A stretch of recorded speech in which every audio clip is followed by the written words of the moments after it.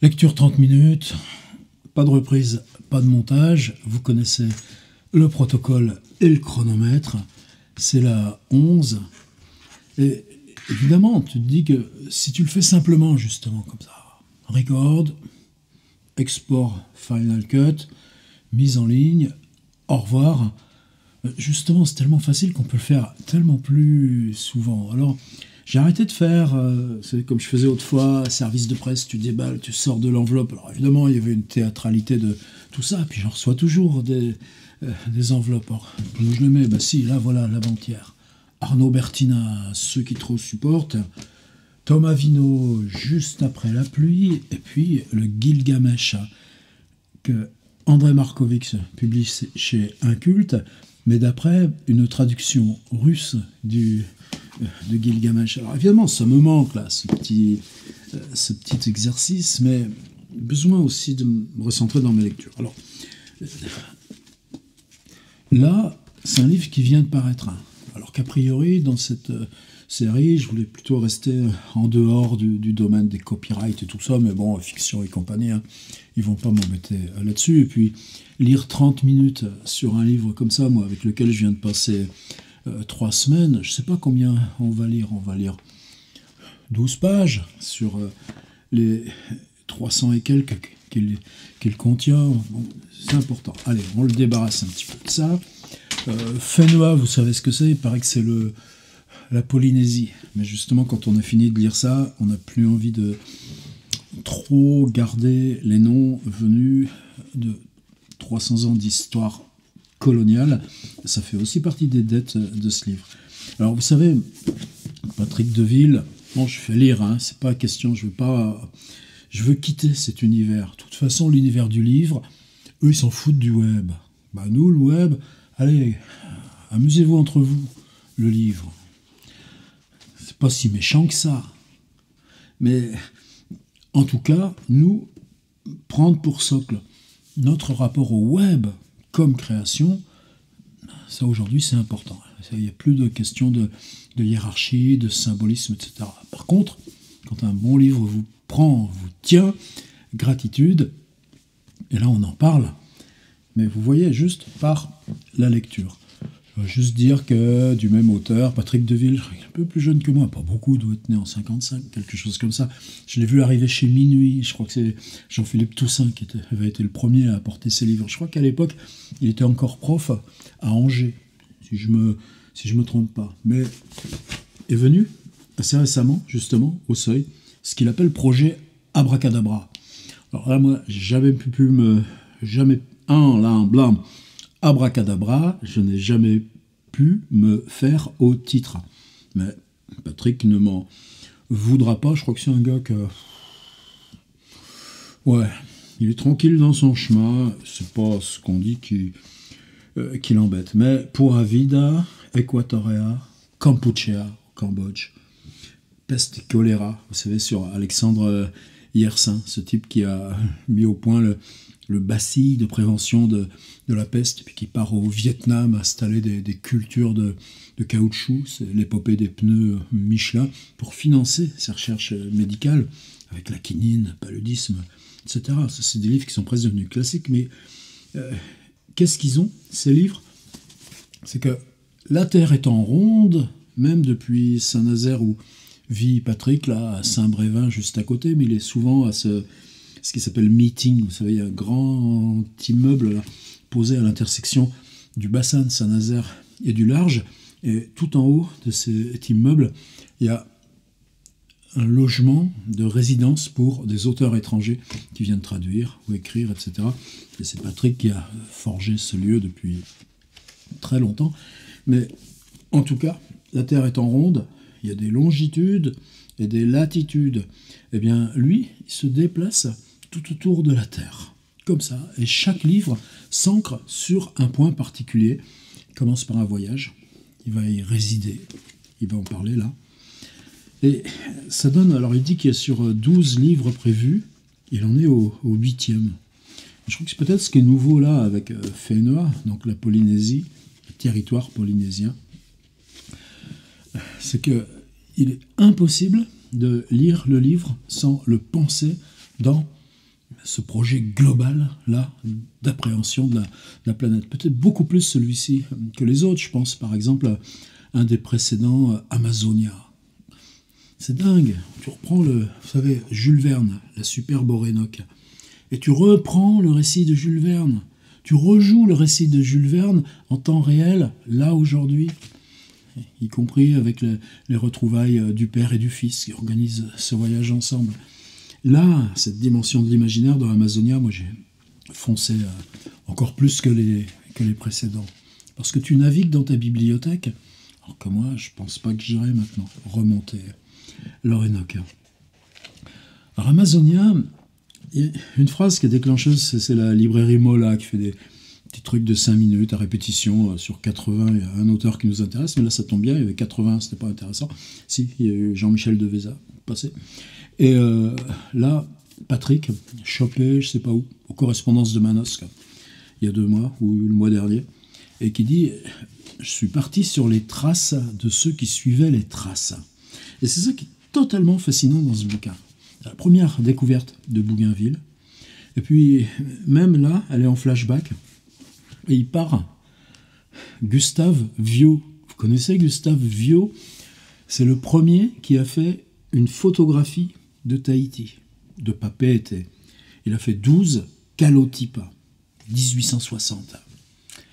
Et puis ensuite, lui, il a son destin, justement, là encore, dans les territoires où tu sais plus si tu es chez Patrick Deville ou sur la terre réelle. Il est envoyé par l'armée française en Indochine, médecin de dispensaire. Il va mourir, je crois, 26 ou 30 ans. Enfin bon, tous ces destins. Là. Et Deville passe son temps à nous donner ses destins à pleines mains. Comme s'il les prenait là dans 2 mains, qu'il arrivait que ça tremble, il ne sait pas quoi en faire. Il vous les donne, démerdez-vous avec. Et ça s'appelle un livre. Et ben justement, le frère puiné de ce Gustave Viau, il deviendra Pierre Loti. Et d'où il prend son nom de Loti? Ben justement, il veut aller voir. Il suit tout d'abord, lui, le marin embauché dans la marine, les traces de son propre frère. Et le livre, avec ça, prend un élan que j'avais jamais vu même dans les livres de Deville. Et pourtant, vous allez voir, c'est tout humble, tout simple. Par exemple, qu'est-ce qui pousse Gauguin dans cette vie totalement dingue? Il revient même sur qu'est-ce qui rapproche et qu'est-ce qui fait se fiche l'un sur l'autre, Gauguin et Van Gogh à Arles. C'est justement, Gauguin part. Lui, il a vécu, je ne savais même pas, en Amérique du Sud, Gauguin. Donc à repartir de l'autre bout du monde à l'autre bout du monde, c'est à cause de Loti, avec les livres de Loti en poche. Et puis, comme en même temps, jusqu'aux atolls de Mururoa et les explosions atomiques, c'est une espèce d'envers de l'histoire du capitalisme. C'est pas propre, c'est révoltant. Parce que, est-ce qu'on en est responsable ou pas? Je crois pas. Mais bon, tu parles trop là. Mais en même temps, ce que je n'avais jamais subodoré, c'est cette espèce de conflit permanent entre les 2 grandes puissances coloniales, la France et l'Angleterre, pour cette prise de possession de cet archipel. On voit passer les rois, les reines, la reine Pomaré. Et du point de vue de la filière anglaise, ça commence par Melville. Là, c'est le passage que je vais vous lire. Mais ensuite, c'est Stevenson. Et puis ensuite, c'est le Snark de Jack London. Et puis, que la veuve de Jack London, moi, Jack London, je les ai vus, les photos du Snark, photos de l'équipée, j'ai visité ce magnifique domaine à Sonoma, là où il y a les 3 maisons de Jack London et cette maison en rêve, là, qui a brûlé 2 ans avant sa mort. Mais si ce type meurt, c'est à cause de cet infernal voyage de San Francisco, juste après le tremblement de terre, à Hawaï, de Hawaï jusqu'à l'archipel polynésien, et que son corps ne s'en remettra jamais et qu'il le sait, mais que la veuve Charmian de Jack London ait ensuite connu Ségalène, travaillé avec Ségalène, croisé Ségalène ou Alain Gerbaud, je sais plus, Gerbaud plus que Ségalène, pardon, je m'égare. Ségalène et London, c'est à peu près simultané. Par contre, Gerbaud, lui, qui va aussi jusqu'en Polynésie, lui va croiser la veuve de London, qui va même préfacer un de ses livres, ou non, je crois que c'est la réédition, l'édition française, enfin, du livre de Melville. Alors, vous voyez tout ça. Voilà, ça, c'est le Deville. Si je raconte comme ça, c'est bazar, j'en ai la tête pleine. Mais quand vous le lisez, c'est Galen, pourquoi il part là-bas? Pour ramener les affaires de Gauguin, ainsi de suite et ainsi de suite. C'est un livre en fer. Et maintenant, il s'agit de lire. J'ai mis un petit signe quelque part. J'ai bien peur que le signe soit parti. Gustavio. Ça, c'est Loti, et on les suit chronologiquement. Gauguin. Donc, c'est avant Gauguin. Je voulais qu'on lise Melville.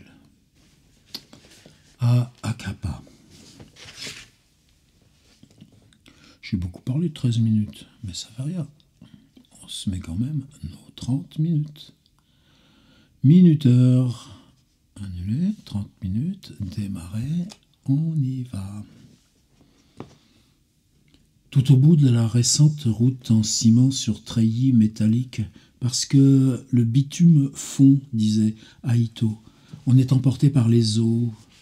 Nous nous engagions sur la piste de terre jaune pour Akapa, surplombée par les dents acérées de pitons rocheux, dernière vallée habitée par quelques dizaines de personnes avant les terres désertes. Nous dépassions la station de surveillance des satellites russes à l'abandon, où le hangar et les paraboles blanches finissaient de rouiller, de se démantibuler, campement où s'étaient succédé pendant des années des équipes de maintenance ukrainienne jusqu'à l'indépendance du pays et la guerre du Donbass. Autour de nous, parfois sur la piste ou sortant lentement des fourrés, erraient des animaux laissés à eux-mêmes, vaches et veaux, poulains, chèvres, et ceux-là, même s'ils étaient un jour abattus pour être mangés, auraient au moins vécu. Et je me souvenais que Darwin notait que d'autres considérations amènent à penser que toutes les créatures sensibles sont faites, en règle générale, pour jouir du bonheur. On cherche toujours les bouts du monde. Du haut de la falaise, au-dessus de la baie, vers le nord, au large, plus rien, plus de terre ferme, ni d'hommes avant Hawaï. À près de 4000 kilomètres, si ce n'est l'îlot des Laos qu'on oublie souvent quand on énumère les îles des Marquises, c'est ce Whenua Henata, le pays des hommes. Cependant, il ne fut pas toujours désert, cet îlot, mais autrefois habité par le peuple des Tuamétaki, que les ancêtres Taipi d'Aito avaient décimé au XIXe siècle, et dont peut-être ils s'étaient empiffrés. Sur ce croissant délaissé d'une dizaine de kilomètres, le centre d'expérimentation du Pacifique avait imaginé, dans les années 60, faire exploser quelques bombes atomiques, mais le sous-sol s'y prêtait moins qu'au Tuamotu. Melville, dans Taipi, se dit confondu d'admiration devant cette beauté. J'ai regretté qu'un paysage aussi enchanteur fût relégué en ces mers lointaines où il a si peu l'occasion de frapper les yeux d'un véritable amant de la nature. Dans Moby Dick, tout au long de la circumnavigation dans Moby Dick, tout au long de la circumnavigation planétaire du Pécode, ce seraient surtout les paysages tahitiens qui hanteraient les rêves des marins et de Quipeg, le harponneur. À Tahiti, tes douces vallées, tes hauts palmiers, je repose toujours sur ta natte, mais ton sol tendre n'est plus sous moi. Les apparitions de l'île y seraient nostalgiques des années après son retour des mers du Sud. Il se trouve dans l'âme humaine une île de paix et de joie, une Tahiti ceinturée de toutes les horreurs d'un monde à demi connu. Alors que depuis des jours je suivais cette trace, 30 ans avant celle de Julien Viau, Pierre Loti, frère de Gustave, premier photographe, je trouvais aussi celle de Stevenson, qui relevait les traces melvilliennes. Tu es à la recherche de Melville, en passant par Stevenson, qui les cherchait lui aussi déjà. Une quarantaine d'années après lui, ainsi ce grand arbre au milieu des sites sacrés. Citation. Enfin, l'énorme tronc d'un banyan apparut, debout sur ce qui semblait être les ruines d'un ancien fort. Et notre guide, faisant halte et le désignant d'un geste, annonça que nous avions atteint le Paepaetapu.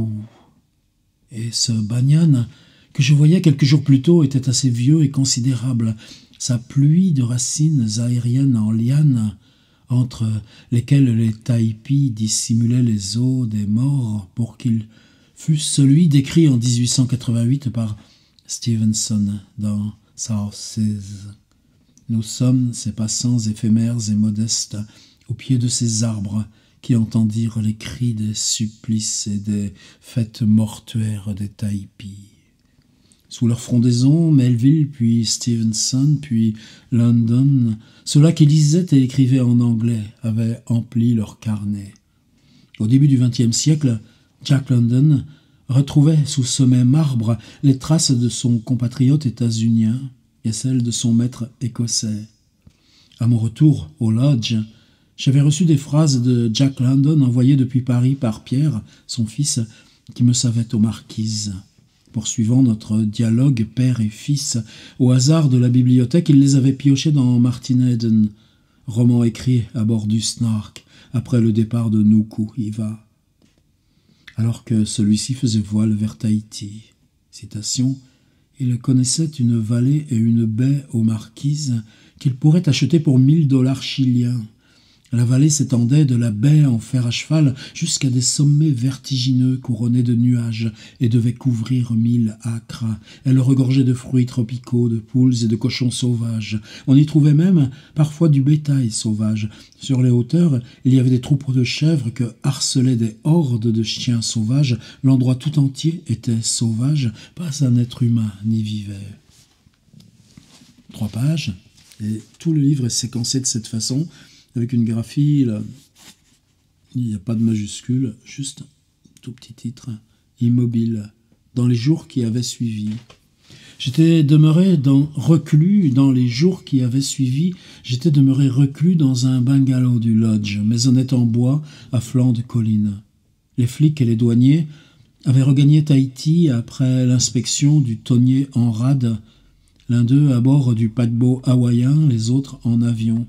C'est une équipe volante de douaniers qu'on a croisée plus tôt dans le livre, et venu là en inspection, puisqu'un paquebot de croisière qui se croise avec un tonnier mexicain qui est tombé en panne. Mais ça passe chez Deville comme si, dans cette espèce de peau, de grain du présent, là, vous traversez ça, manger avec les douaniers, comment on parle ensemble, et puis qui repartent quand vous allez rester 3 mois à rien faire, là, dans cette baraque là où a vécu Gauguin 100 ans plus tôt, avec une caisse de livres qui sont justement tous les voyages successifs à Tahiti. C'est pour ça tout à l'heure je parlais de comment il vous happe littéralement, et pourtant c'est pas sa manière d'être avec les autres à Deville. J'éprouvais l'étrange sentiment qu'il ne faudrait pas être ici, laisser ces paysages à leur isolement. Ça, c'est une espèce de clé aussi importante de tout le livre. On s'attend à la beauté, mais on rencontre le sublime, farouche. Parfois, une Bretagne ou une Irlande tropicale. La nuit, j'entendais le grand boucan du ressac en contrebas. À l'aube, le chant du coq et les oiseaux. La fenêtre découpait les falaises au-dessus du port de pêche à l'autre extrémité de la baie, et la dentelle des pins et des falcatacs traversait les rayons du soleil tout au sommet des pics couverts de ces arbres vert pâle. Quelques semaines plus tôt, j'étais à Bombay, pourquoi pas Mumbai, et attendais d'y retourner. On voudrait toujours être ailleurs que là où on est, arpenter les recoins de ce monde qui est notre geôle, même si Nuku-Hiva est un des lieux les plus bouleversants de celle-ci. Harassé par ses très modestes expéditions dans l'île, plus âgé déjà que Stevenson ou London ne l'avaient jamais été, je retrouvais cette position horizontale qui avait été celle de l'enfance immobile. Et je gardais depuis des dizaines d'années cette position favorite, propice à la lecture et à la rêverie. J'aurais vécu ce moment où nos tapis volants furent les avions couchettes après les trains couchettes ou après une nuit allongée en plein ciel, quelque part dans un aéroport, quelques kilomètres à l'arrière d'une automobile. On s'étend à nouveau sur un lit, contemple le plafond, constate que ce n'est pas une chambre déjà connue, mais qu'on est à Pékin, qu'on est à New York, qu'on est au Caire, qu'on est à Tokyo ou à Minsk. Toutes ces chambres, je les avais en mémoire. J'étais à Taiohae. Les mains derrière la nuque, je retrouvais ces journées avec Haïto, nos vies échangées en si peu de temps. Il était de ces sages qui ont vu le monde et sont rentrés mener leur vie paisible chez les leurs, ont trouvé le lieu et la formule, calmes et forts. Nous nous étions revus au bar du lodge et il m'avait décrit la vie des marquisiens de Nukuhiva, leur samedi consacré à la chasse et à la pêche pour remplir le congélateur, leur dimanche à l'église et au terrain de pétanque, m'avait appris que si chaque vallée disposait d'une école primaire, d'un bureau de poste et d'une épicerie, seul le village capital pouvait s'enorgueillir d'une pompe à essence. Après qu'il avait quitté l'armée, il avait à son retour travaillé dans le bâtiment. La vie sur l'île avait changé. La sédentarité favorisait l'obésité. Lui restait sec et musculeux, s'imposait de longues marches. Même s'il ne chassait plus au pieu durci au feu comme les anciens taipis, la pratique était harassante cependant, non pas pour tuer les bêtes, qui se connaissent peu de prédateurs, mais pour le transport des dépouilles, parfois impossible à remonter de la forêt. On les descend alors jusqu'à une crique et appelle un bateau pour les récupérer. Puis, père, à présent, il allait à son tour voir partir ses enfants vers Papeete pour le lycée, vers la métropole pour leurs études, et connaîtrait le déchirement qui avait été celui de ses parents. Si c'est un grand bonheur d'être seul au volant, et celui-ci je l'avais éprouvé pendant les 2 années que j'avais passées à parcourir la France, je ne conduisais pas à l'étranger pour mieux admirer et profiter de ces longues conversations, puisque Tahiti, c'était plus ou moins la France. J'avais loué la Dacia pour mes tours de l'île, véhicule que je n'allais pas manquer cependant d'emboutir avant mon départ, et je me privais ainsi de ces cadeaux réciproques et précieux, des vies racontées lorsqu'on sait ne jamais se revoir. Allongé sur ce lit, me revenaient dans un demi-sommeil des vies confiées au long des années, les visages de ces hommes qui m'auront appris autant et autrement que les livres, l'énigme d'être vivant, et ces visages défilaient au rythme lent des pales du ventilateur plafonnier, souvenirs avivés, rappelés au jour par le récit tout récent d'Aïto, et le premier à apparaître était curieusement Lanto, que j'avais pourtant peu côtoyé, avec lequel même je m'étais un peu engueulé, lui reprochant sa conduite à tombeau ouvert et en roue libre au milieu du cyclone de Tana à Moramanga en 2017, lors d'un précédent séjour de ville, pour aller abandonner Taba à Madagascar. Parfois, dans la solitude, venaient ainsi ces fantômes qui seraient mes derniers compagnons. Le jour où je n'allais plus me lever ni quitter la chambre, et c'était le visage chaleureux de Paco Santero à Cuba, lequel avait profité de la légalité. Ah, je recommence là, je... Parfois, dans la solitude, venaient ainsi ces fantômes qui seraient mes derniers compagnons, le jour où je n'allais plus jamais me lever ni quitter la chambre. Et c'était le visage chaleureux de Paco Santero à Cuba, lequel avait profité de la légalisation des sans-professions à l'automne 1993 pour ressortir d'un garage sa fragile Peugeot 403 rouge vif, et qui, pendant 6 mois, m'avait trimballé dans la Havane en m'ouvrant les secrets de la Santeria. Plus tard, le très raide de Carlos, aux cheveux blancs, au port rigide, au costume noir, de Santiago à Valparaiso et Viña del Mar pendant des jours, qui avaient peu à peu soulevé la chape de plomb posée sur ses souvenirs du coup d'État du général Pinochet en 1973. Franklin, qui avait été électricien et m'emmenait de Franceville à Léconie sur les plateaux des Bateques à bord d'une Land Rover, lui aussi comme Haïto, mais aux zébrures jaunes et blanches, et n'aimait pas les pygmées. Manuel à Managua en 1997, au hasard des rendez-vous avec les sandinistes, puis vers Granada jusqu'au lac Nicaragua, à bord de sa Daewoo bleue. Au Gabon, Ali le Camerounais, de Libreville à Saint-Paul, de Donguila et Hawendo, où il partait traiter ses affaires de marchand de poissons. Alphonse le Kikongo, pendant 10 jours à Luanda, parvenant à me procurer un plan de la ville en 2006. Comme par hasard. Certains, parfois, le temps d'un verre et de quelques heures de route. Ainsi Léonard de Bagamayo à Dar es Salaam, le long de l'océan Indien, ou ce chauffeur de la compagnie dos Pinhos de la San Salvador pour un trajet vers le Chalatenango, pendant lequel nous avions parlé de nos enfants, de Pierre qui avait alors 7 ou 8 ans, et les siens à peu près du même âge. Plaqué sur le lit, les bras écartés par la force centrifuge, conscient tout à coup de la folle vitesse de la planète lancée comme une toupie dans le vide sans fond, de ce ventilateur qui semblait accélérer sa rotation comme d'une lanterne magique, sortait le rire de Mr. Liem qui, à l'aide de quelques mots d'anglais et de français, me disait sa fuite à pied, enfant, après la victoire de Pol Pot en avril 1975, et m'accompagnait aux séances du procès des Khmers rouges en banlieue de Phnom Penh. Dans Kampuchea. Au Congo, Fulgence, le cuisinier. Bon là, non, attendez, je saute un peu parce que je voudrais revenir quand même à Tahiti. Lorsque j'avais quitté Nukuhiva, le tonnier en avarie était toujours au mouillage. La nuit, de ma fenêtre, je voyais ces feux, imaginais les marins mexicains confinés à bord, si loin de leur port d'attache. Si des pièces volumineuses devaient être livrées, ce serait par conteneurs depuis Papeete et acheminées par le cargo mixte Aranui, qui effectuait une rotation au mieux tous les 15 jours. On pouvait espérer qu'il leur restait à la Cambuse assez de tequila et de mescal et qu'on leur livrait des citrons. Je voyais en surimpression sur l'image de la baie la silhouette de la Flore, en lieu et place du paquebot hawaïen qui avait levé l'ancre. Ce qu'elle allait faire à son tour en cette année 1872. À bord, Julien Viau est impatient.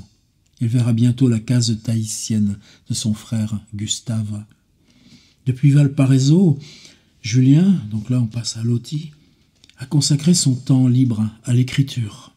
Même si cette activité n'est pas de nature à améliorer son image auprès du commandant, citation, intelligent mais généralement peu zélé, aptitude médiocre pour le métier de la mer, bien élevé, assez discipliné. L'équipage admire ses talents de dessinateur. Il a préparé plusieurs articles illustrés qu'il enverrait plus tard à Paris, et certains, parmi lesquels hors d'œuvre, Noka y vient, paraîtraient dans l'illustration. C'est la vogue des récits lointains, à la première personne. Quelques mois plus tôt, paraissait dans la presse celui de Stanley et sa rencontre à Ujiji avec l'explorateur égaré Livingstone. La Flore est dans sa soute la tête coupée du Moai. Encore une autre histoire qui vient traverser là, dans ce bateau qui arrive à l'île de Pâques où les géants là, sont juste renversés. Encore à l'époque, les Français découpent avec une scie dans la pierre cette tête qui maintenant est, paraît-il, au Jardin des Plantes devant la galerie d'histoire naturelle et qu'il serait aussi question éventuellement de ramener sur l'île de Pâques. Et c'est toute cette question du colonialisme qui va peu à peu devenir obsédante, hantée là. Cap sur les îles du Vent, c'est encore 1500 km à vol d'oiseau. À Papeete. Après 6 mois de mer depuis le Chili, c'est enfin Tahiti. La description rituelle de la première vision. Julien Viau la consigne dans son journal de bord. Mercredi 26 juin 1872. En mer. Nous avons passé hier au milieu des Pomotou.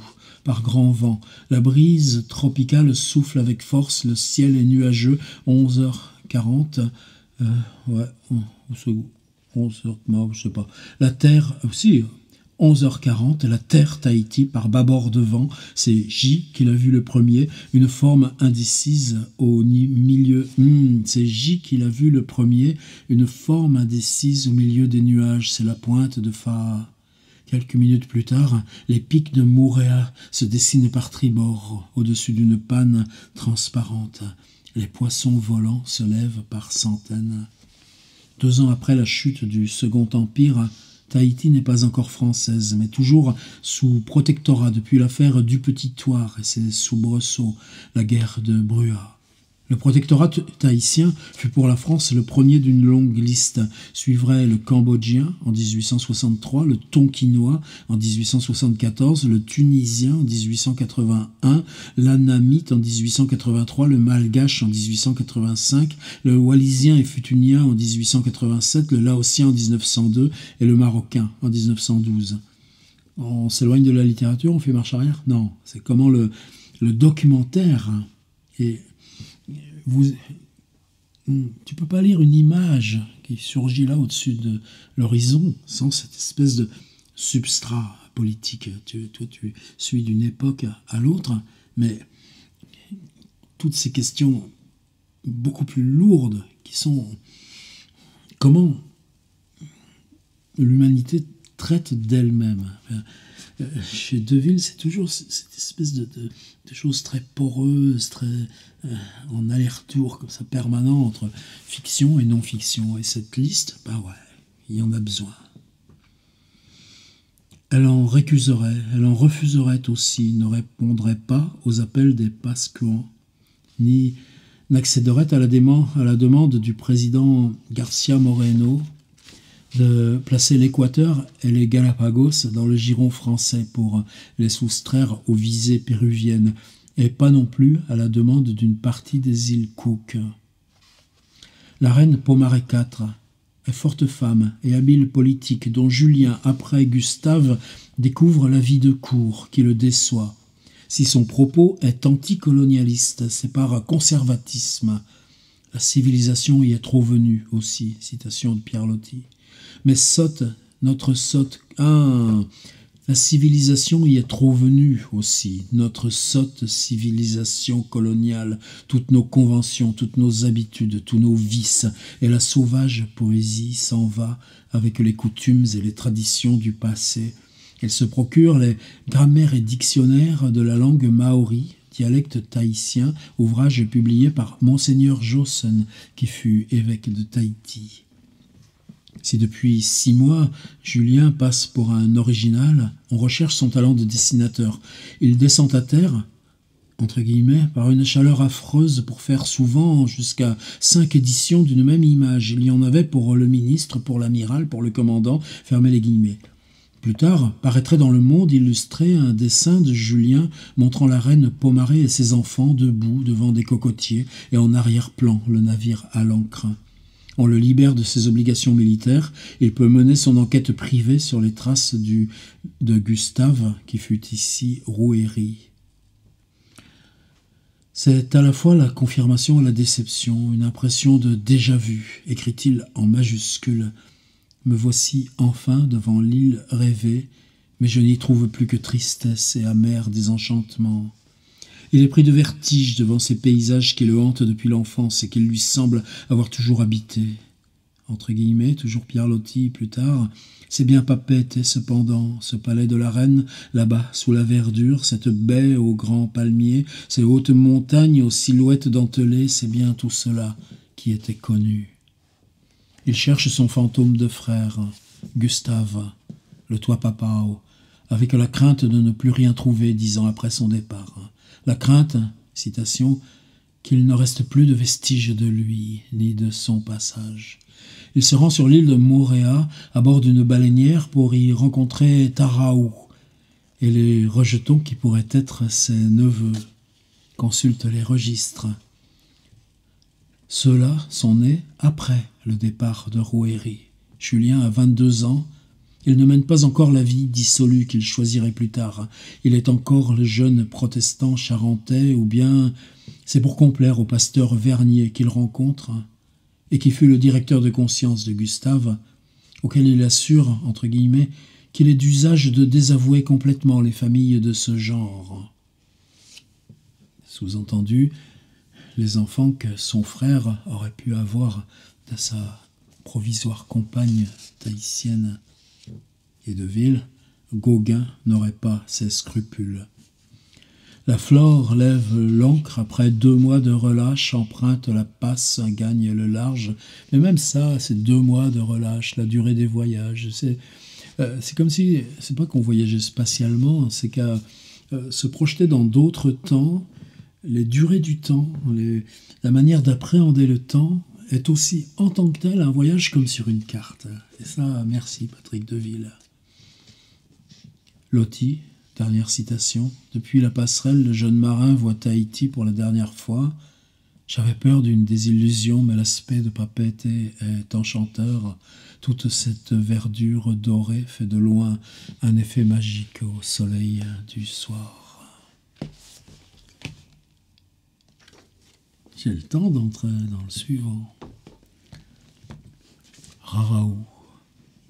Ni le dessin, ni la photographie, ni le reportage ne lui suffisent plus. La mer non plus.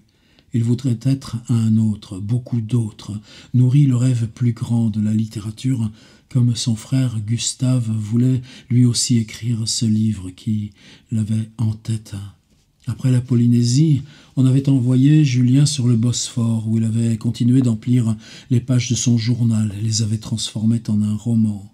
7 ans après son séjour tahitien, alors que paraît sans nom d'auteur son premier livre, Aziyadé, Julien Viau reprend son journal de 1872. À présent, il sert à bord de la Moselle. Oh, les liaisons. À présent, il sert à bord de la Moselle, laquelle cahote de Saint-Nazaire à Cherbourg via Lorient et Brest.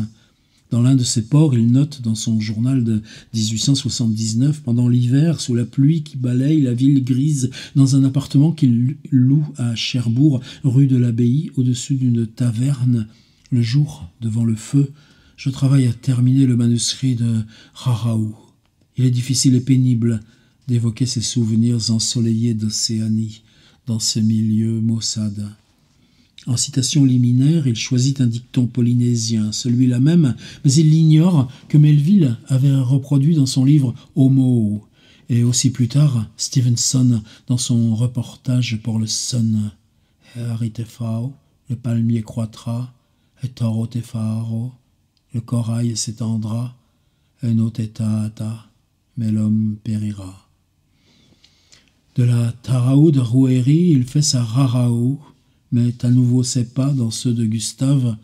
C'était là cette vie exotique, tranquille et ensoleillée, cette vie tahitienne telle que jadis l'avait menée mon frère à Rouhéry, telle que je l'avais entrevue et désirée dans ces étranges rêves de mon enfance qui me ramenaient sans cesse vers ces lointains pays du soleil.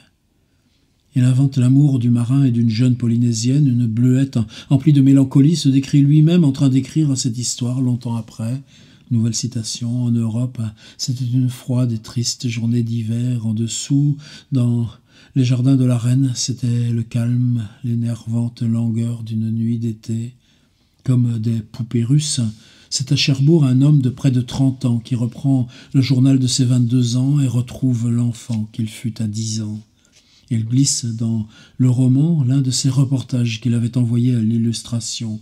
En fait, un chapitre qu'il intitule « Hors d'œuvre de Noka Hivienne » qu'on peut se dispenser de lire, mais qui n'est pas très long. C'est-à-dire que même dans Loti, cette alternance du récit et du paysage ou du non-fictionnel, c'est un jeu permanent. C'est-à-dire comme si notre manière aujourd'hui de tenir la littérature là face au monde, par nos expériences à nous-mêmes, même si moi c'est entre 4 murs, là où Deville se loue une cabane pour 3 mois, c'est comme si on avait à charge de reconstituer une autre histoire de la littérature, pour dire ce qui aujourd'hui nous porte. Il envoie Raraou, idylle polynésienne, à la Nouvelle Revue pour parution en feuilleton. Il signe le manuscrit par l'auteur d'Aziyadé. La directrice de la revue lui demande d'en changer le titre, lui propose Le mariage de Loti. Plus tard, il conserverait le nom de ce personnage de fiction comme pseudonyme et lui inventerait un prénom, signerait désormais ses livres, Pierre Loti. Après un siècle de récits géographiques et scientifiques écrits par des capitaines et des savants, C'est l'invention d'un romantisme tahitien des paysages inaccessibles et rêvés. Encore une citation. En tournant à droite dans les broussailles, quand on avait suivi depuis une demi-heure le chemin d'Apiré, on trouvait un large bassin naturel creusé dans le rose vif. Dans ce bassin, le ruisseau de Fatawa se précipitait en cascade et versait une eau courante d'une exquise fraîcheur. Le lieu deviendrait le fameux bain loti, où la France reconnaissante érigerait un monument des dizaines d'années plus tard, à l'époque des premiers paquebots de tourisme, attraction de l'île, comme à Istanbul, sur la Corne d'Or, le café Loti. Le jeune marin Loti et son amoureuse tahitienne, main dans la main, sur le chemin de bon matin, veulent aller... Citation, loin de Papeete, là où la civilisation n'est pas venue, là où se retrouvent sous les minces cocotiers au bord des plages de corail, devant l'immense océan désert, les districts tahitiens, les villages aux toits de Pandami. Voyez ces peuplades immobiles et rêveuses. Voyez au pied des grands arbres ces groupes silencieux, indolents et oisifs, qui semblent ne vivre que par le sentiment de la contemplation. Jamais Julien Viau n'est revenu dans ces parages. Après Tahiti, ça avait été la Turquie, puis le Sénégal, le Japon, comme Gustave, et davantage même que Gustave, donc son frère aîné, qui n'en avait pas eu le temps. Il poursuivait ce projet à peine conscient de m'en aller aussi, de m'en aller même plus loin que mon frère, et plus partout, par le monde entier. Ce serait l'Afrique et l'Asie, il prend du galon, il est à présent lieutenant de vaisseau au Japon, il écrit une autre histoire d'amour, Madame Chrysanthème. Pendant la campagne d'Indochine et la prise de Hue, il enverrait au Figaro des articles anticolonialistes qui lui vaudraient d'être sanctionnés par sa hiérarchie. Retour d'Asie, il consigne dans son journal du 24 juillet 1883 son émotion, citation, « Quand en traversant le golfe du Bengale, nous sommes passés près du point où mon frère a été immergé il y a 19 ans. » Rendre hommage à son frère 20 ans après, parce qu'il est mort sur le bateau qu'il ramenait en Europe d'Indochine, et que c'est là qu'on l'a lancé à la mer, comme font les marins pour les marins. Il y a d'autres choses très poignantes. Alors, toujours une part de hasard, je me dis tiens, j'embraye sur Melville, on verra bien. Puis ça m'a amené sur Loti, mais Loti, si je continue cette expérience, et si vous êtes avec moi pour la continuer, forcément il traversera ces 30 minutes. Et, par contre, il y a une espèce de staccato final, là où ce voyage de Segalen, Victor Segalen venant chercher les affaires de Gauguin, les tripatouillages qu'il y a là-dessus, et puis la mort de Segalen en Bretagne, même dans un hôtel où moi-même à Ouelgoat, en centre-Bretagne, je crois bien avoir dormi, et puis ensuite Alain Gerbaud avec tous Patrick Deville, il en a encore 4 à faire. Mais waouh, ça n'enlève rien à sa superbe Orénoque juste avant Amazonia.